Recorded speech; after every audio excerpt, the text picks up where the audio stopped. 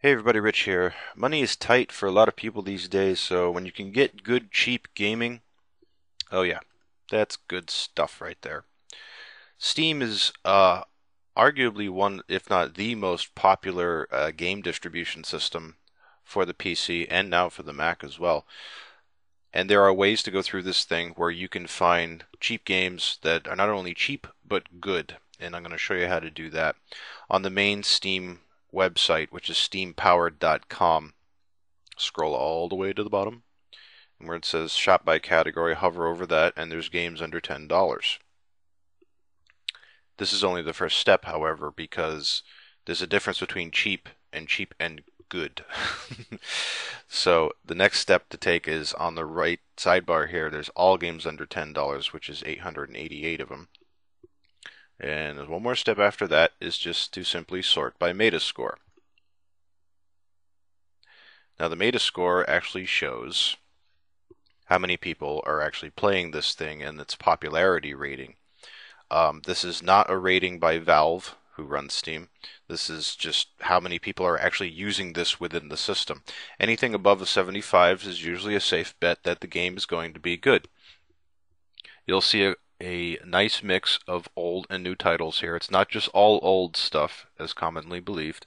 So, for example, like Half-Life 2, yeah, that's kind of old, but it's released 2004, so that's what's that, 7 years now, but very widely used on the system. And the difference between Half-Life 2 then and Half-Life 2 now is that there are achievement points that you can receive in the game, whereas you couldn't before. So they add little things into the game now to keep it fresh. And you'll see some, ancient games too, like Quake, right? That one's ancient too. But there are also some newer ones in here. If you have to kind of search for them. Like if I go to page 2, I should see some 2010 releases here. Yeah, here's one. Mafia, there's a 2010 release. Fear, 2010 release. And you just have to go through here and say, okay, which one do I think I would go here? A lot of these are going to be RPGs. Not too many of them are racing games, unfortunately. I happen to like racing games personally, but you can just go through here and see, okay, every single one of these is under $10. Oh, also this one right here, it should be interesting to note. There's also some that are on sale. Like this one's $4 right now. Europa Universalis 3 complete, $4 from 10, and it has a Metascore of 83. Strategy game, yeah, but hey, that's cheap.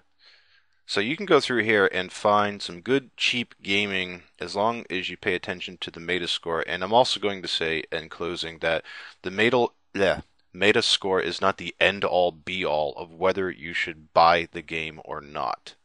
That much is true, because even with a high Metascore, you might think a game sucks.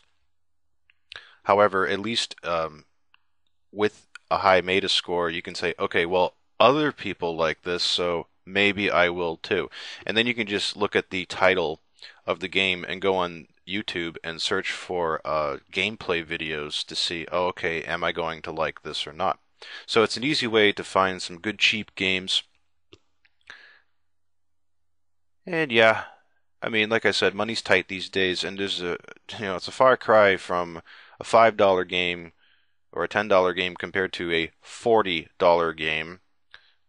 Just to put this in comparison, if I go back to the featured items here, okay, Total War Shogun 2, how much is this?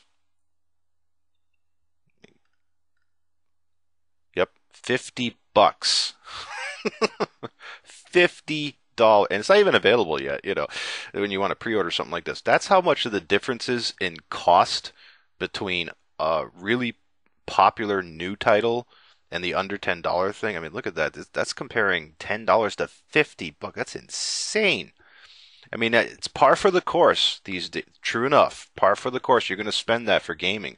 But in the meantime, yeah, you should really go down to the bottom of the screen and get that menu to work. Go for the under $10 category, because there's some good stuff out there for cheap. You just got to look for it.